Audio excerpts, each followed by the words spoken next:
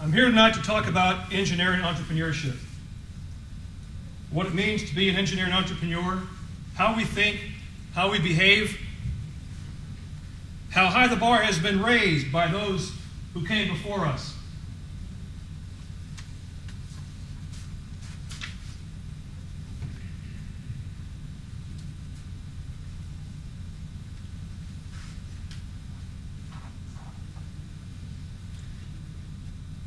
So why are you engineers? We suck at everything else. I like that. I love it. I love the interaction. Feel free to speak out. Please, please. Why are you entrepreneurs? Probably for the same reason we all are. It's fun. It's in our DNA. Some people are born dancers. Some people are born musicians. Some are born artists. We are born engineers. We are born entrepreneurs. We are hardwired at birth.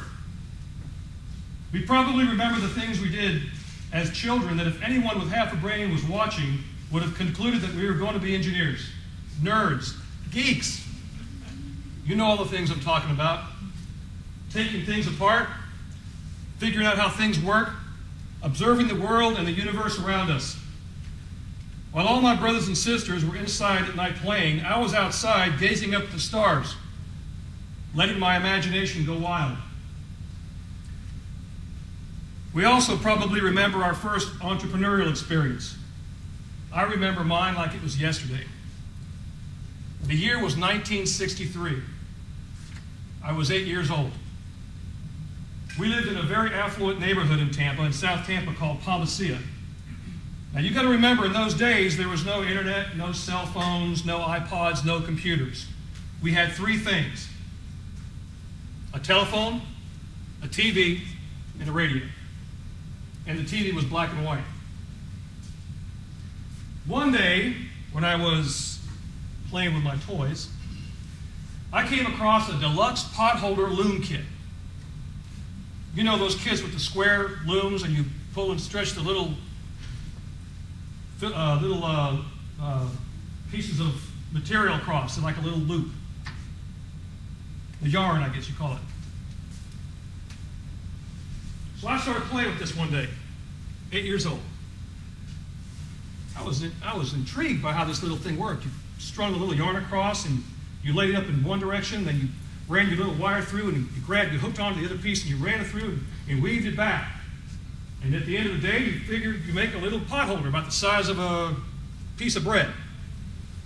Well, I got through that in a couple of minutes. That was kind of fun. I tried it again and again. And I was getting good at it. I was pulling double stitches. I was pulling triple stitches. I was pulling middle stitches into the part where you weren't even supposed to pull stitches. I was making red, white, and blue colors, all different colors. I was making checkerboards. I was making three-dimensional potholders. This was my earliest exposure to what I now do as an engineer, which is VLSI partitioning, floor planning, placement, and routing, at 8 years old. I became a potholding maker son of a gun. I could make one heck of a potholder. The weeks went by, and my potholders were starting to stack up now. And I'm just cranking away in these things, man. I could do it with my eyes closed. One day, I'm standing there, I'm making my potholes, and I look down at my stack, and I'm going, you know what, I'll bet people will buy these. I'll bet people will pay me for these. So I got them all together one weekend, stuck them in a bag, walked out my front door, and walked half a mile to a supermarket on Henderson Boulevard. It used to be called B&B. Then it was U-Save, and now it's Farmer's Market, I think. Right there near Dale Mabry and Henderson. I walked from my house at the corner of Parkland and McDill by myself. My parents, may they rest in peace, to this day didn't know I did that. I got my little bag and I walked up to B&B. I went to school with the family that owned that restaurant, or that owned the supermarket. I walked in the front door of the supermarket, and I remember this like it was yesterday. As I walked in, right in front of me was a checkout counter within 10 feet of the door. So I walked up to the checkout counter. I peered over this checkout counter was the size of a mountain. That this young woman standing on the other side in front of the cash register. And she looked down at me and she said, "Young man, can I help you?" And I said, "Yeah, I want to sell my potholders." And she went, "What?" I said, "I want to sell my potholders." Just like that. And this woman started laughing uncontrollably. So hard that she keeled over on the counter. And I'm standing there wondering, why is she laughing? Is it my potholders? Is it me? So without being fazed, I turned and just walked right back out the front door. And the front of the sidewalk, which had an overhang and a cover, and I sat down, I pulled my pot holders out, and I set up shop. Here comes my first customer. This woman came up. I stood up, grabbed my pot holder, and I said, "Ma'am, would you like to buy a pot holder?" She says, "No, thank you." She walked in. Next person came up. Another woman walked up. She walked past me and said, "Ma'am, would you like to buy a pot holder?" She said, "No, thank you." She walked in. A third woman came by. "Ma'am, would you like to buy a pot holder?" "No, thank you, young man." Not to be discouraged, my next customer came. She walked past me. I said, "Ma'am, would you like to buy a pot holder?" And she stopped. And my heart starts to beat. This was an epiphany moment for me. She stopped and she goes, "How much, young man?" How much? How much? I didn't think about how much. She goes, "Well, how much, young man?" And I don't know where the words came from. I said, "They're a nickel." Oh. And she goes, "I'll take one." Now, that moment, I wish I could capture and sell. That very moment that happened. Because now I'm standing there. She reaches in her little purse, pulls out a nickel, and puts it in my hand. She said, "Thank you, young man," and took my pot holder and walked in to do her shopping.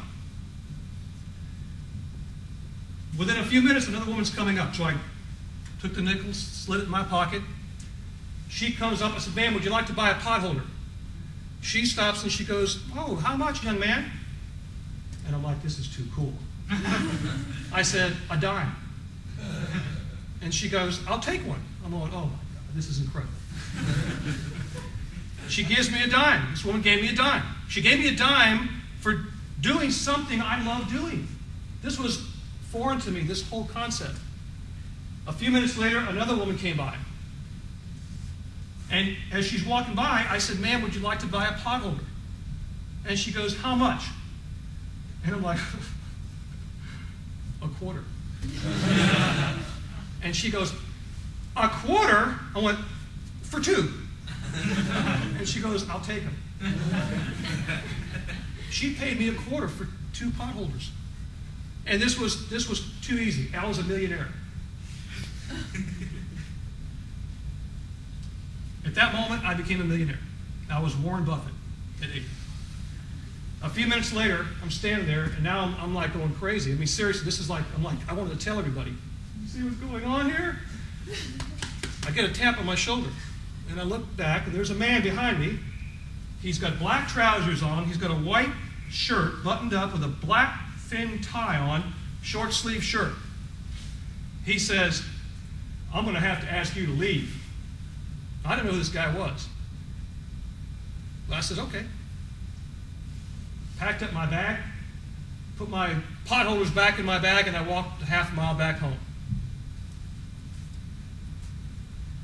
A week later, I had my second entrepreneurial experience. This time, it was selling lemonade. It was Sunday.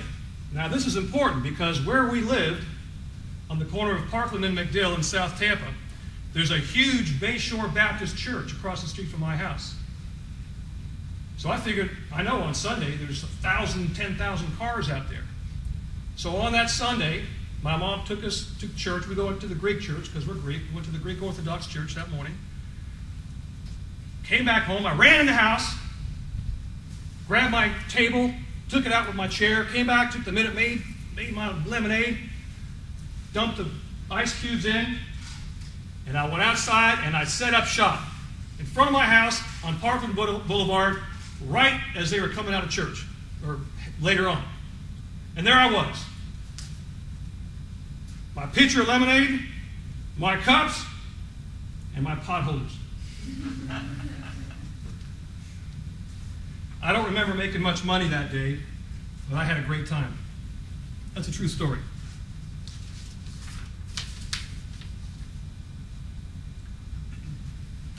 So what's common about our DNA? We're pioneers. We're innovators. We're fearless risk takers.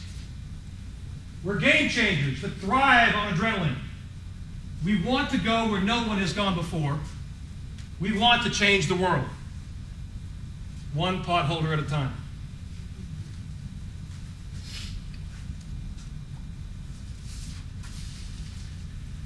I've concluded there are 4 critical attributes that all successful people possess. And I've summed them up in this simple acronym. Fiat. No, it isn't the little Italian car that you probably see buzzing around town, and it's not the car manufacturer. No, however, this fiat can take you places. This fiat can take you places and help define who you are. F is for focus, as in stay focused on the prize. People are going to tell you, you can't sell potholders today, but you hold your course. You remain undistracted, unwavering, and you remain relentless. I is for innovation. This is your secret sauce, people. Your potholder. Your intellectual property. This is what sets you apart from everybody else. This is what you bring to the table. A is for awareness. You have to know what's going on in the world or the universe, and not just in technology, but also in politics, in society, in business, in religion, in government,